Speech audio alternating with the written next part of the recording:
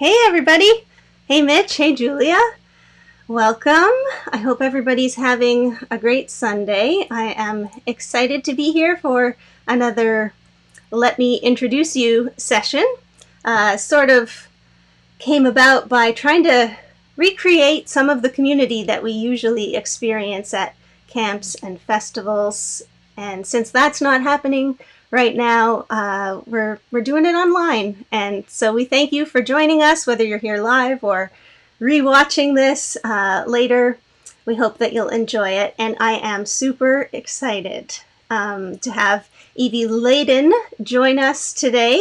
A couple times I've sort of read introduction and bio first and then brought on our guest, but today we're going to get it straight from Evie, so I'm going to welcome her now, if technology is in my court here. Hey, Evie! Hi. I think we're live. All right. Maria just joined us from the UK. Maria books tours for both myself and Evie in the UK. So yeah, you just finished teaching a dance workshop, and before we came on air, I was telling you that you look much better than I do after a dance workshop. I had a quick shower. So that was for the Berkeley Old Time Music Convention, right? Yeah, it's been happening all weekend, of course, online like everything else, but Yep. we're getting our community where we can. And honestly, I haven't danced like that in a long time, and it felt so good. It was like, I was saying, it was like hillbilly Zumba. You should copyright that, patent that. So where is home for you? Are you in Berkeley? No, I'm in Oakland, and Okay. it's funny because the character of Oakland is very different from the character of Berkeley. Okay. But we're just the next city over, and it's all Bay Area. And the air is clear this week so far, and we're hoping that the fires will diminish and the air will stay clear. That was really sort of a last straw for our mental health with everything else going on. I'm glad it's cleared up a little bit. Yeah. Yeah, it's tough. We've been thinking about you guys. Just checking Joe. Yeah, I was just checking the comments. I was like, hey, William and Joe are here now. Thanks, All guys. right. Well, thank you for making time for this. We're going to talk about a few things. I have some notes that I made. Very professional, like. But one of the first things that I wanted to ask you about was just the fact that you grew up in more urban centers, New York and Baltimore, right?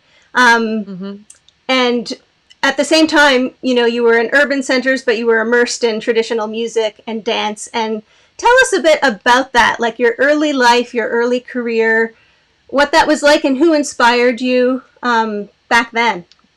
Sure. I mean, my story, which I've told a bunch, is my parents were both like first generation, born and raised in New York City in the Bronx, and an enclave, an ethnic enclave. And pretty early on, my dad was always really into music, and he fell in love with Southern Appalachian folk music, with folk music in general. But he went to a hootenanny at Carnegie Hall in 1958. And famously went home and threw out all of his original, unfortunately now valuable rock and roll records, but just became such a devotee. And he was just telling me that he met my mom at a party when they were 20, and they used to go down to Gertie's Folk City all the time and hear folk music. And so my mother was really into international folk dance, and that was huge at that time as well. And so music and dance was just a really big part of their lives. They both really loved to dance. Neither of them played an instrument, but they split up when I was kind of young, and so we were back and forth a lot. And standing behind my mom at a workshop with the Bannerman family from North Carolina, my sister and I just like sucked up all of this clogging. And then my dad was so into old time music that he not only would take us to any festivals, or he'd drive to North Carolina to go to a party for the weekend. And my sister and I were just bugging people, can you teach us, teach us, teach us? And from a very young age, like dance was so much a part of what we did. And then My dad was really, we were mostly staying with my dad, and he was really engaged in music and with the development of the folk scene. And so he would book bands and help with concerts. And by then we were in New Jersey, and people traveling, musicians traveling through, and especially musicians from the South, would come and stay with us for Right. a night or a week or a year. And for example, the very well-known dancer Ira Bernstein, he was living in our basement when I was in high school. Um, and otherwise, we were pretty normal kids and more into sports and Mhm. you know pop music and that kind of stuff. But then in our family life, it was very much going to festivals, having cloggers on the porch, um, and pretty early on. John Cohen was staying with us, the New Lost City Ramblers, and my dad recently told me that he took us to get our first instruments, to get our first banjo. And then my first banjo teacher was Bob Carlin. He was living with his parents nearby, trying to figure out what he was going to do with his life. And so I've been playing ever since. So dance was really my first love. Okay. And it was something that I studied informally and socially whenever I could. And then playing the banjo and singing harmonies was just like what was happening, um, you know, what was happening all around us at festivals and jams and square dances and all that kind of stuff. So I just kind of got that sense early on that music and dance is what people do when they are together. Yeah. And I didn't know it would be my career, but I feel, especially as people are more detached from that experience, I feel really committed to encouraging the participation and facilitating people's engagement in it, not just from a consumer perspective, Right. but from a participant. I feel Yeah. like it's really important for mental health. That's one of the Yeah. things that I love about you and your performances and your message always. And that's fascinating. I mean, I knew part of that story, but I hadn't heard all of it before. Um, so not to fast forward too much, but you said you didn't think that this would be a career for you.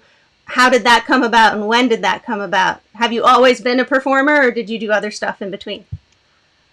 No, I've been working since I was 12, and of course I had lots of jobs and just growing up, and I worked through college and all of that. But my sister and I started performing together at festivals when I was 8 and she was 10, and the Greengrass Cloggers would often put us up on stage if we were at a festival with them. They would have us do a duet routine or two, and so performance was always a part of it. But when I was in college, I really got into two things. I had a wonderful dance teacher who really encouraged the choreographic side of it, and really got me thinking more about choreography and sort of exploring the dance styles, with other motivations. And, because in traditional dance, you're not thinking about meaning so much, right? Right. And I even have a hesitation about thinking about meaning, because I also think art comes from, you create the art, and then the meaning comes from the impact that it has on people, which I prefer rather than having this big intention going into it. Hmm. But that's another story. And then the other side of it was Stephen Senders, who is a banjo player from Ithaca, New York, and was in the Chicken Chokers and the Wildcats. And he famously to me, did ethnomusicology research in Ghana. And he came to Ashokan Fiddle and Dance when I was 16.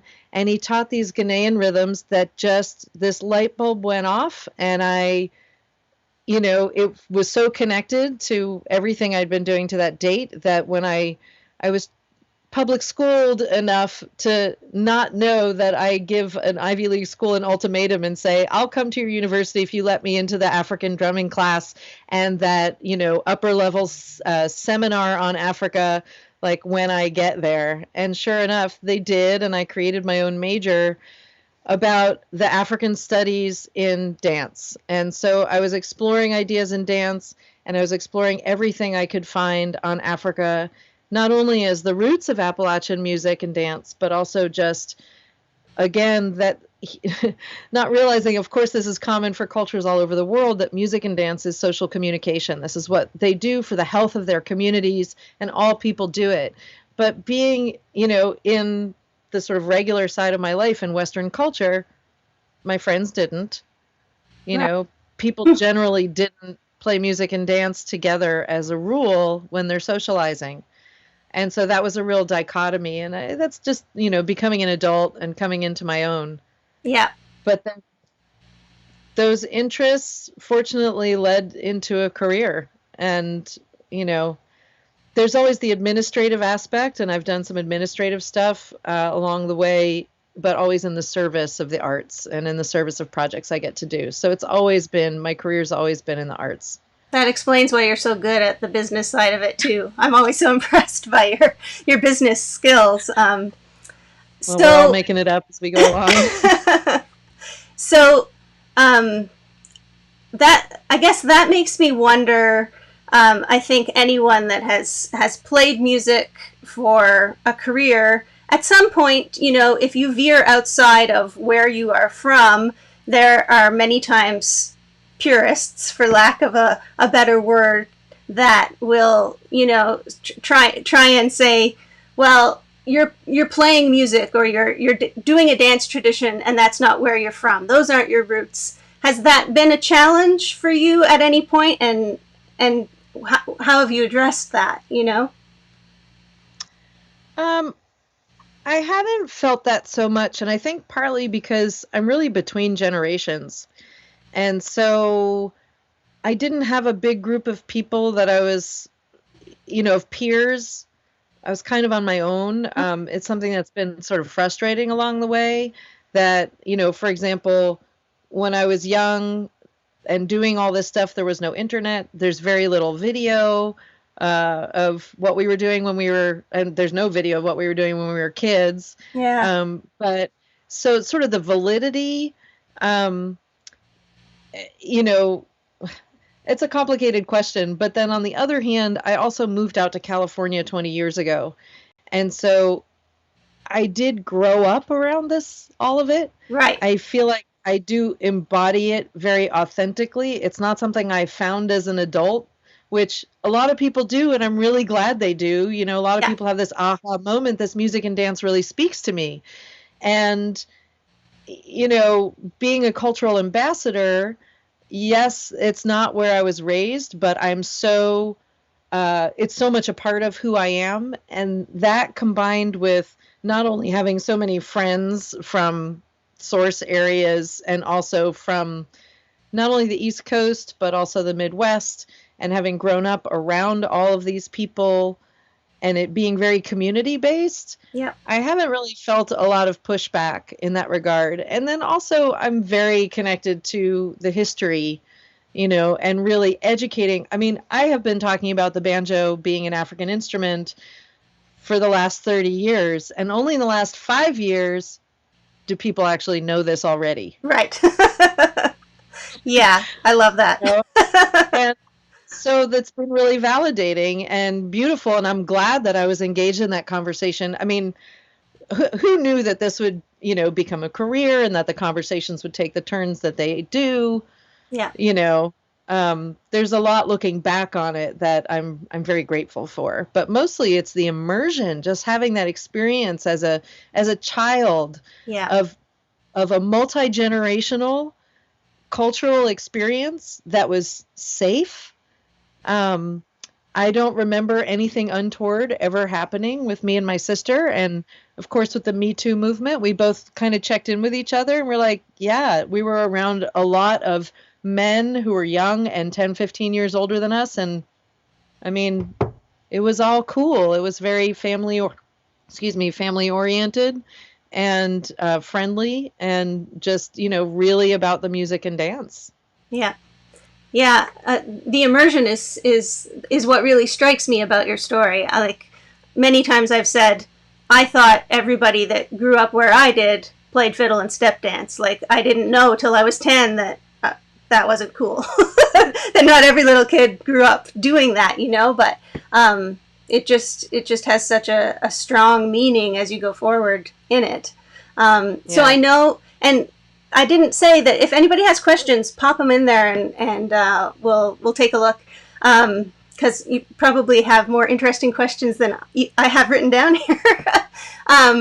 But I wanted to ask you a little bit about the Evie Ladin band, because I know you've had different configurations. You perform solo, you perform as a duo, but we're going to talk a little bit about your new EP, which is the band, which is a trio. So, yeah, tell us about the band.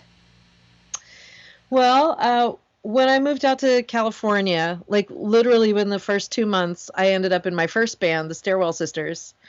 And we played together for a long time, and I really developed my musicianship in that group. And after about a decade, I realized that it was time to kind of really give voice to my original material more and the sounds that I wanted to hear that were different from that band. Yep. And I have to say, like growing up in traditional music, I feel like it took me a long time to admit that I was writing songs. Right. And then also having this sort of open ears and wanting to experiment with the music that I loved, not hearing it super straight up. And then also my partnership with my husband, Keith Terry, that's like the other side of, in the body music world, kind of really being exposed to a whole international scene, and really traveling a lot internationally. So just, between that and being in urban environments and working with really diverse populations, it just really, I had more open ears. And so my first solo album, of course, had 12 people on it. And out of that record grew the band. And it had a little bit of shifts. And the first like real band record had the fiddler Dina Maccabee on it. And then she went to graduate school. And when she did, a couple things happened. The three of us kind of tightened up a bit. The guys started singing more, and then all of a sudden we had this really tight 3-part. Like Dina was sort of the other singer. We did a lot of duets, and the guys would sometimes sing, but then it just not only as the sound, but also how we work together. Like I definitely lead the band, and I bring the material, and I provide the motivation behind doing the stuff.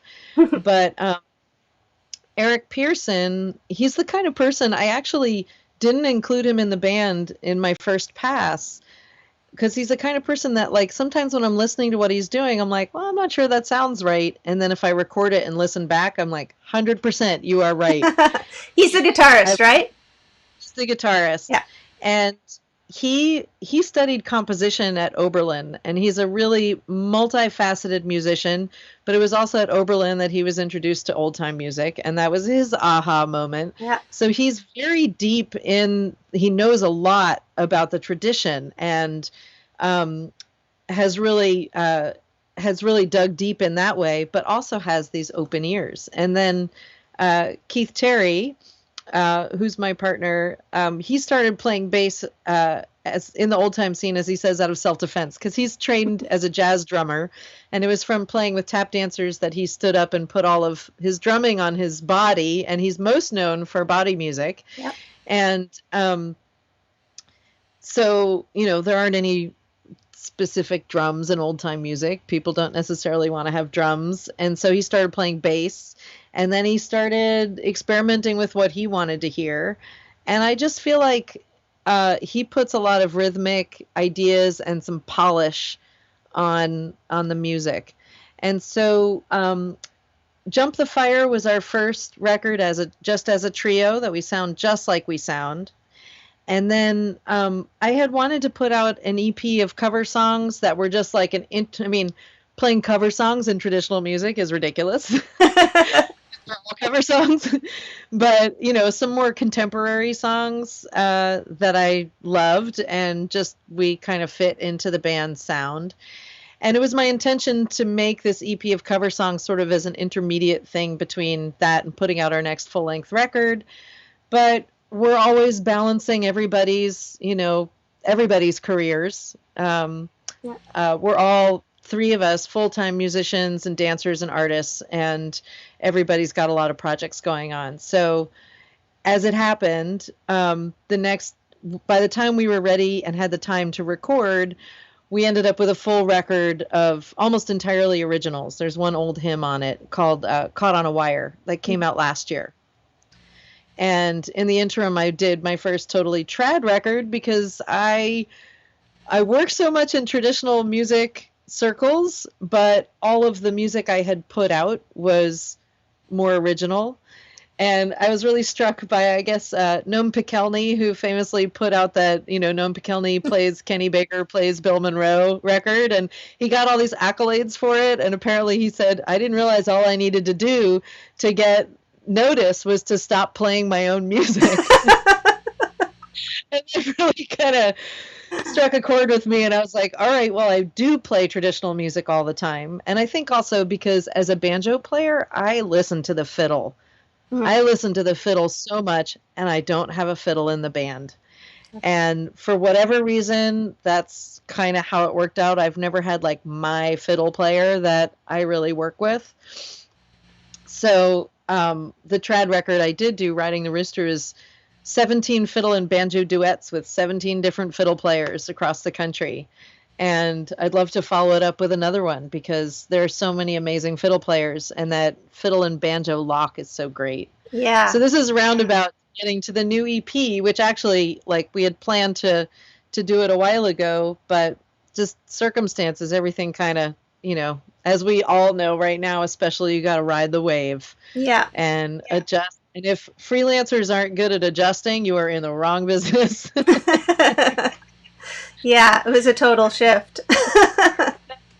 So the new EP was just that we had a nice solid handful of songs that we loved playing, and they were from really disparate sources, but they all really have the band sound. And so we actually had it all lined up to we had played our first weekend of our spring tour. We had like 20 shows and a bunch of festivals, and like everybody else, that never happened. So we just kind of sat on it for a while, and then I just felt like, okay, it's time to say something to get this music out there before I don't even want to play it anymore. Yeah. Well, Yeah.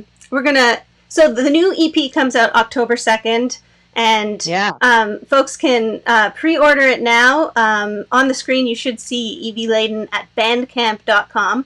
And there's a couple of singles that have been released. But before we go any further and continue the chat, we're gonna share some music because I think a lot of people who are watching are familiar. But if you aren't, and even if you are, these videos are amazing. So we're gonna start with one called Almost Everywhere. Do you want to give us a little intro for this one?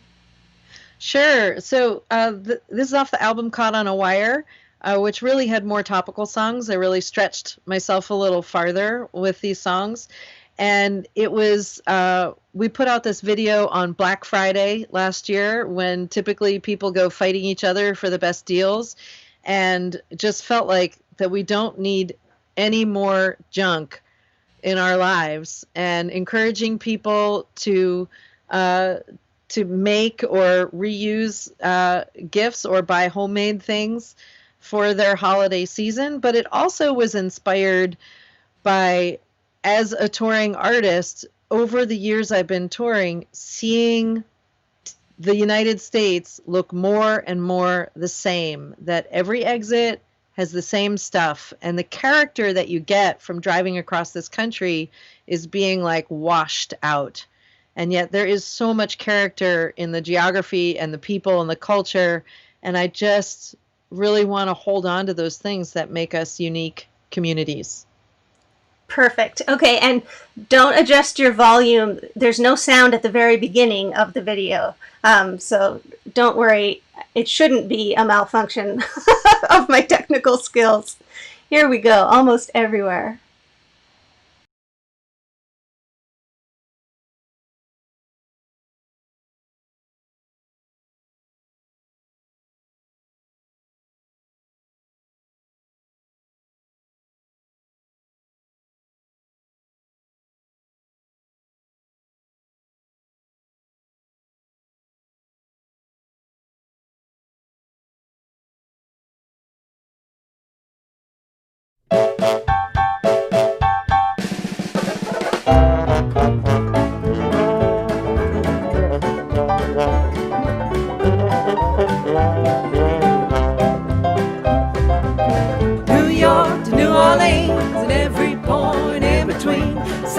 Francisco bomber. I've been almost everywhere. Everywhere ain't worth it anymore if it all comes from the same store. I ain't no Johnny Cash, I never claimed to be, but I still got the gas pedal riding under me. My job, it takes me on the road. I'm riding, rolling, gotta drive. I paid off all I owed, I never had a 9 to 5. The more the years go by, every exit looks the same. I can't believe my eyes, the homogeneity. The Mickey D's, Box of Jack, shells and gulps a mile wide. Family diners get a stack of pre-cut, pre-cooked, freeze-dried fries. New York to New Orleans and every point in between.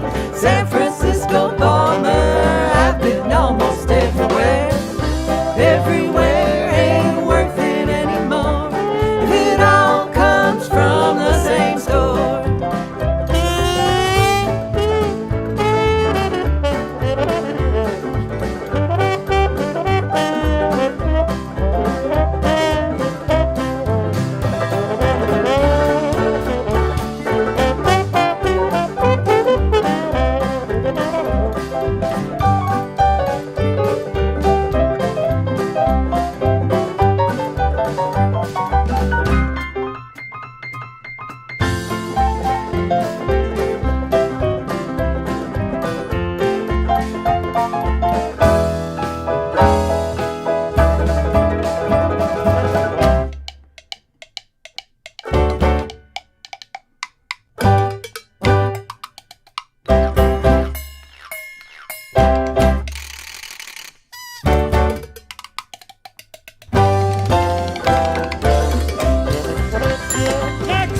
No matter where you are, you don't have to talk to folk. You don't have to leave your car. You do your business by remote. Everywhere ain't worth it anymore if it all comes from the same store. Well, in my hometown, they're tearing pretty houses down. Behind them, rising boxes filled with boxes. No surprises. Everywhere ain't worth it anymore if it all comes from the same store. That shirt says USA, but it's made in Singapore. If it all comes from the same store. Cut down the Amazon and deliver it to your front door. If it all comes from the same store. Enough is enough. More is more. And it all comes from the same store. New York to New Orleans and every point in between. It all comes from the same store. San Francisco bomber, I've been almost everywhere. And it all comes from the same store.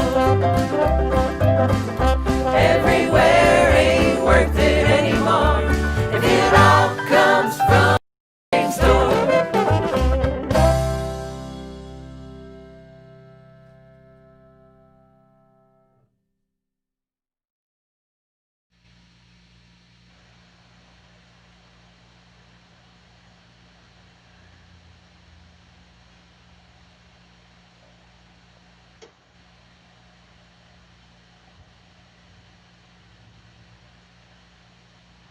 That's so great. I love it. It makes me laugh. Mostly because I gave our videographer a bunch of clips and ideas, and he just did such a great job. Yeah, what it's amazing. How much of that did you guys film yourself? We filmed it all ourselves. Yeah. And I just sent him the idea. Okay. And his name is Andrew Reisiger, and he's been working with us for a while. And it's not even his forte, but his editing is so musical and creative. Actually, both of the videos that we'll see today are ones that he put together. I send him ideas and footage, and he puts it together just with such skill. I can't wait. Yeah. I'm excited about the next one too. I've watched them both repeatedly since I got them. um, I'm dragging a comment over here. We had, oh, you can't really see that very well. From Maria, who said she's always wanted to know more about your time in Nigeria on the dance scholarship. So yeah, let's talk about that. I want to hear too. Yeah, well, my semester abroad, my junior year, I went to Nigeria. I wanted to go to Africa. I wanted to go to an English-speaking country because I don't speak French. And I wanted to go to Ghana, but there was a program, School for International Training, in Nigeria. And they famously have they do a lot of cultural stuff, and we traveled, but then you have 3 weeks of independent study. And it's funny because I would ask people, all along, you need to find someone to help you do your project. And I said, I really want to dance. I want to study with a dance group. And people just said, oh, we dance all the time. It's always happening. But I wasn't seeing it. We obviously weren't in the right place at the right time. And nobody would help me formulate it until kind of close to the time it needed to happen. There was a professor at the University of Nsukka in the East, in Igbo country, who said, I know exactly what you want. And he connected me with a dance group in a village, and I went and I lived with a family there. There was even a coup that happened while I was in the village that I didn't know about because I didn't understand the language, the local language. I didn't understand Igbo.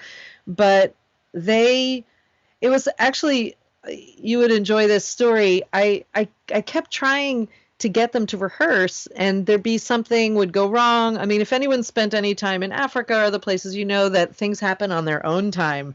And so it wasn't happening. And then there was a storm and the lights went out and everybody was in this room. I said, let me show you what I do. Because they didn't know what I was doing there really. And I got up and I started clogging, and I got about 10 seconds into it. They're like, sit down, we have to show you something. And they get up and they start immediately doing these chugs that were exactly like things I'd grown up doing. Wow. And from there, it just steamrolled. They taught me their dances. I performed with them in all kinds of environments. And of course, in Africa, they knew that if the white lady performed with them, they would get a lot more dashes, money on my forehead. And so they loved having me dance with them. But so that was my semester abroad. And then I applied for a Fulbright to go back. And when I did, I studied with 3 different ethnic groups. I went back to Igbo land. I was in Benin with Edo people. And then one of my favorites was Tiv people. And a lot of people did. They're a much smaller group. But their music was so much like Zydeco, and it had that sort of internal kind of feeling that I knew from, my interactions with people in Louisiana and in the Zydeco scene. And it really spoke to me, and I loved it. And it was the same thing anytime I danced with people. They just thought it was hilarious. And they would say to me, oh, Evie, you're really getting it. You're really getting it. And I turned to the dancer that I admired the most. I said, am I getting it? She goes, no. Because, it's not my culture. And rhythmically, I could get it. Physically, I could move with them and understand the choreography. But really inhabiting what is a lifetime of culture, obviously, I could only go so far. And I wish I'd spent more time focused on the music. But I kind of was really focused on the dancing and the meanings and the circumstances. And I took a lot of notes and took a lot of video and all of that. And when I came back to the States, I was living in New York City, and I went to an African dance class. Now, Africa has hundreds and hundreds of ethnic groups, and they all have their own style of dancing. And even in Nigeria, in a really small area, 3 very different styles of dancing. Yeah. But it all serves similar functions.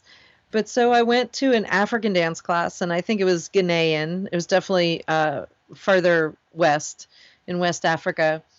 And I got so vibed out, and this scene, and rightfully so, in the States, the racial experience of a white woman doing African dance, it was not the community feeling that was the whole reason why I do this in the first place. Yeah. And I realized that it would be really difficult to cross that boundary. That, of course, I could stick with it and I could be welcomed with people who really knew me and all of that. But I also felt like I don't want to tread where I'm not wanted. And I don't want to force something. You know, I was also very young at that time and I needed to feel like I belonged Right. somewhere. And much as I loved that experience in Africa and I really valued it, and I'm so glad that I had that, being in the United States is a very different environment. It's not Africa, it's African American, and it just it's challenging on a lot of ways that I respect. And because I respect that so much, I just wanted to be able to participate in a community where I knew that I was more welcome. It's a touchy thing to talk about, and I hope I'm expressing myself well in that regard. I think you are. That makes sense to me. So just speaking about this reminds me that I read that you received the Jubilation Fellow earlier this year, which is presented to those who actively involve communities in music and dance. And I know that you're always, well, you touched on this earlier, you're always encouraging people to participate instead of just sit and listen. But tell us a little bit about that award and what that means to you. Oh, I mean, it means a lot, especially since most work has been canceled, you know, just financially at this moment. You know, it's not a huge award, but everything helps. And then just the recognition, it's a lot about engaging people in music and dance experience. And I had applied once before and they said my videos weren't strong because I didn't have videos of myself actually leading people doing stuff. And it was partly because of my work with children. You don't really necessarily want to be filming children for a public release, etc. So I got my videos together, and I love this is really disparate experiences. One was a big family dance at a family camp that we go to every year. And it's the most multi-generational, joyous square dance that I called. Okay. And then teaching at Fiddle Kids Camp in Berkeley, which is a camp for 7 to 14-year-old fiddle players. And I've been the dance teacher there. They always have dance and art. And so I'm always wanting to connect these musicians with the dance traditions that go along with the music they're learning. And then I also have a young banjo student. Now, fiddle players often can teach violin, you know, starting at the age of 3 or 5 or whatever, but you very rarely get young clawhammer banjo players. So I have a student right now who came to me when she was 9 and really determined and focused and adorable and tiny. And it was so exciting to teach her. So I sent in a video of teaching her banjo. And I just feel like any way that I can get people to engage, it's just is so valuable. People are so grateful. And it reminds me how disconnected we often are in our cultures from that kind of engagement. And it just makes you feel good. Yeah. It's like we don't need another study about how the arts are good for your brain or you should have arts in education. You can just feel it. Yeah. Well, we haven't had a chance to hang out all that much, but we've been lucky enough to be at camps together, and I know what a gifted teacher you are.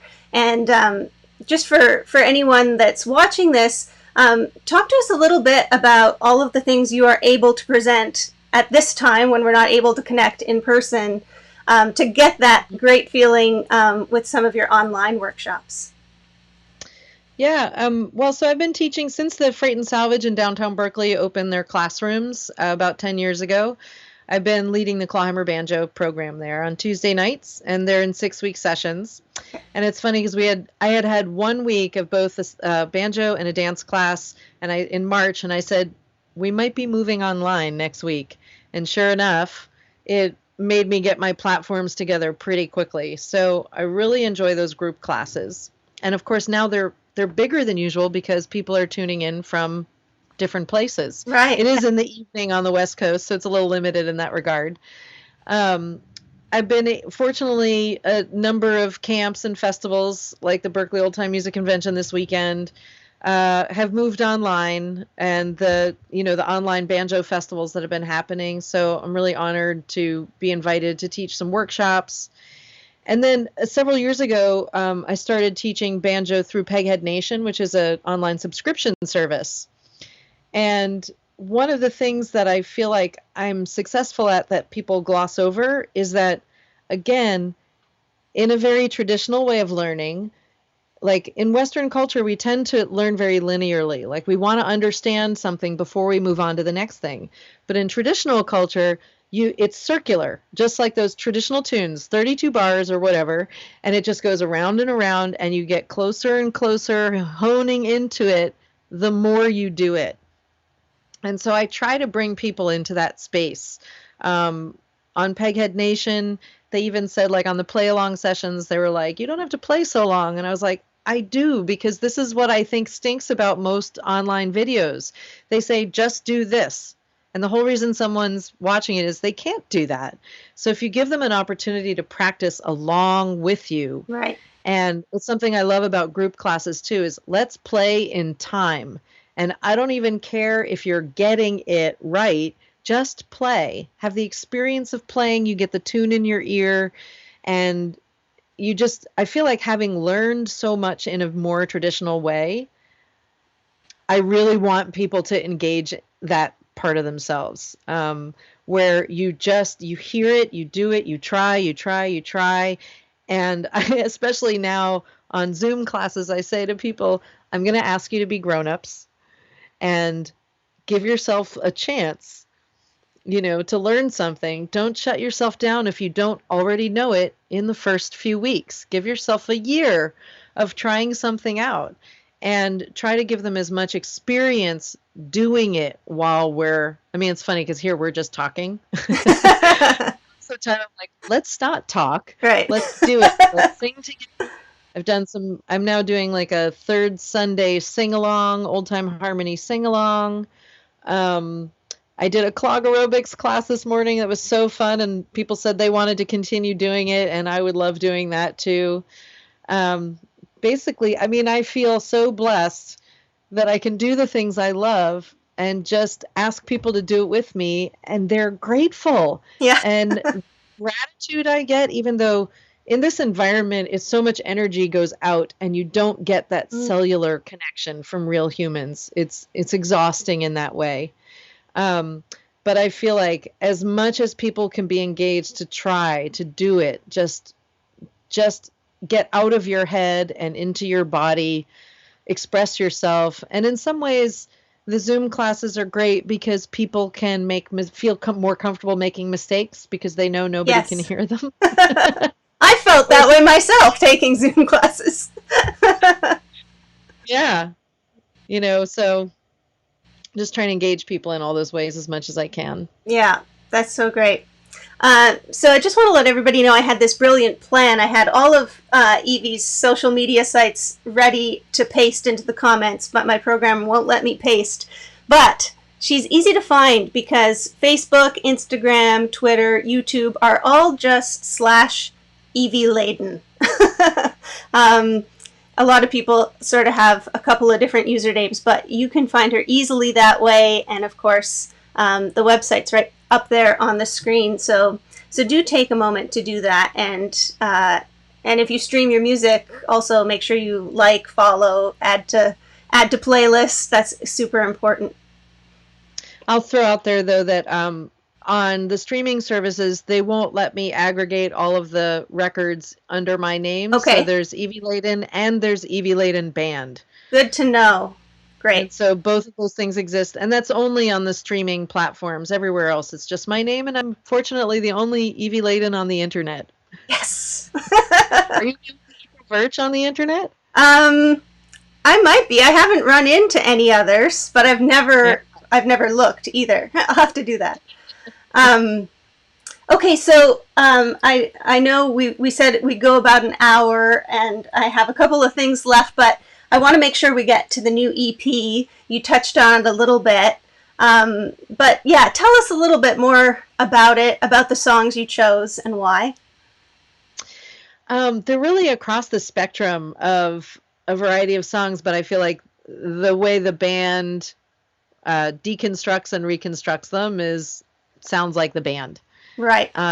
So that's really nice. There's a Paul Simon song, and when I pre-released this, I was telling a story that I was at a music camp, that one of those times when you end up staying till dawn playing music and you don't, all of a sudden the sky's getting lighter and you're like, oh, what did we do?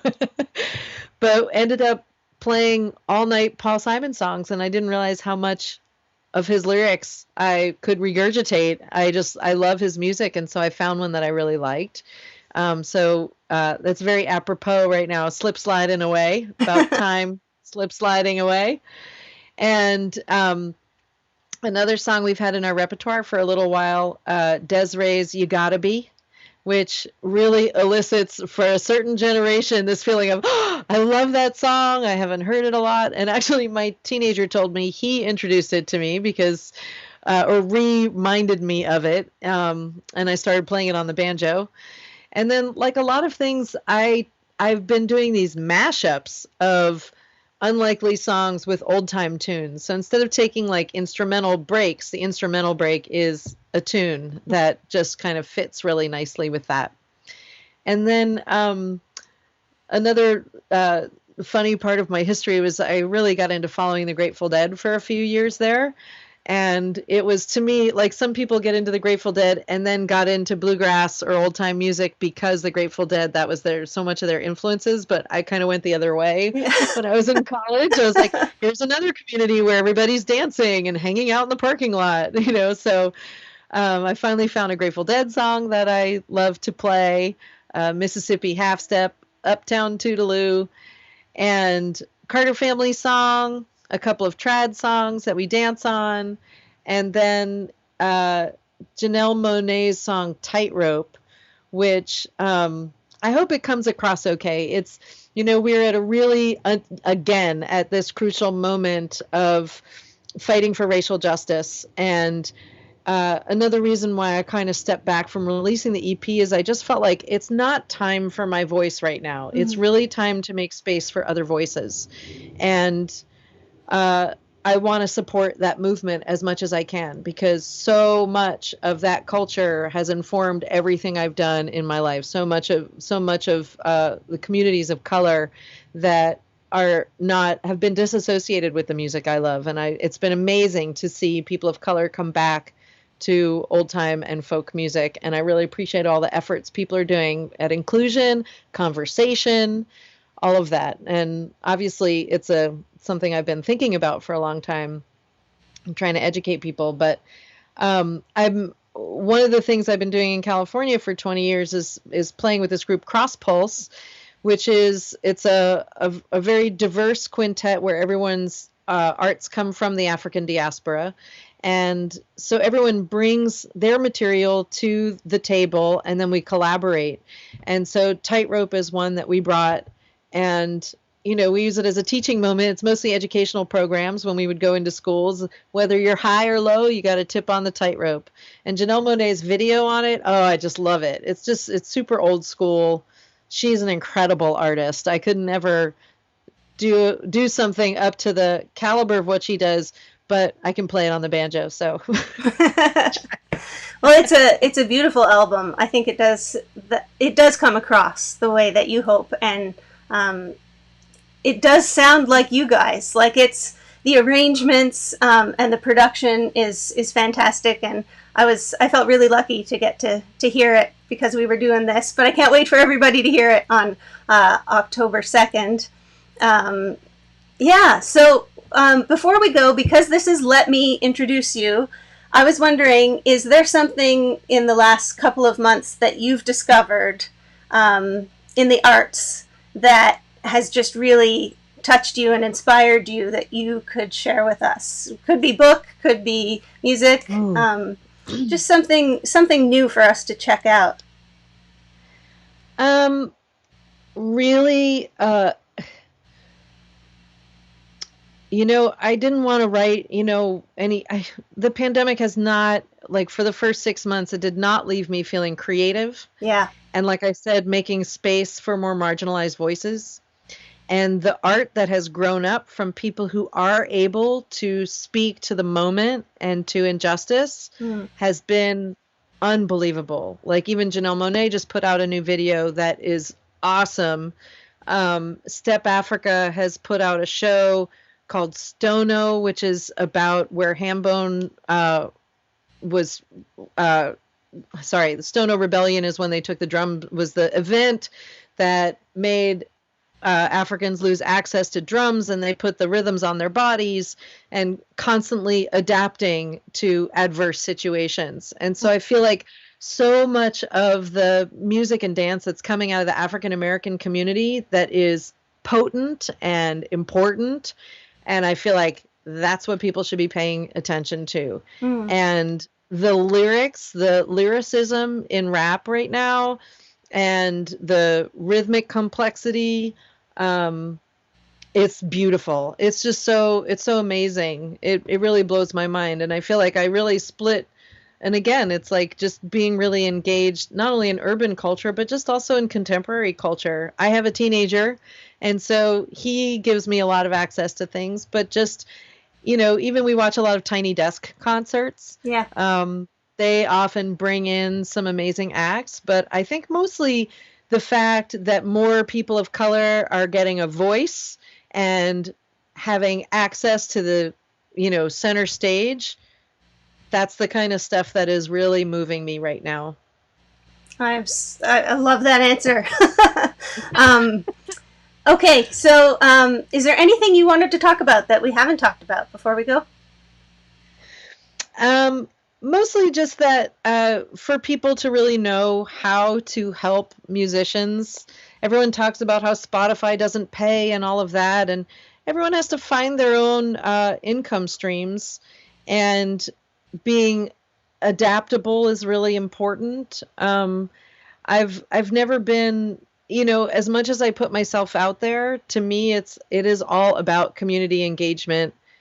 And like I said at the beginning, just wanting people to participate, wanting people to feel like that they are empowered to play music and sing and dance, because it just saves your soul. And especially these days when we can't gather together in the ways we're used to, any chance you have to connect in that way or to connect with nature gives you that cellular feedback that we can't get so much from humans these days. And I guess where I was going with that, it sounds so silly, but something you said at the beginning about that you have to click, like, follow, download, help musicians get those, subscribe to their YouTube channels, just get their numbers up, because that's just how the business is working these days. And when we can't have access to real human beings in real communities,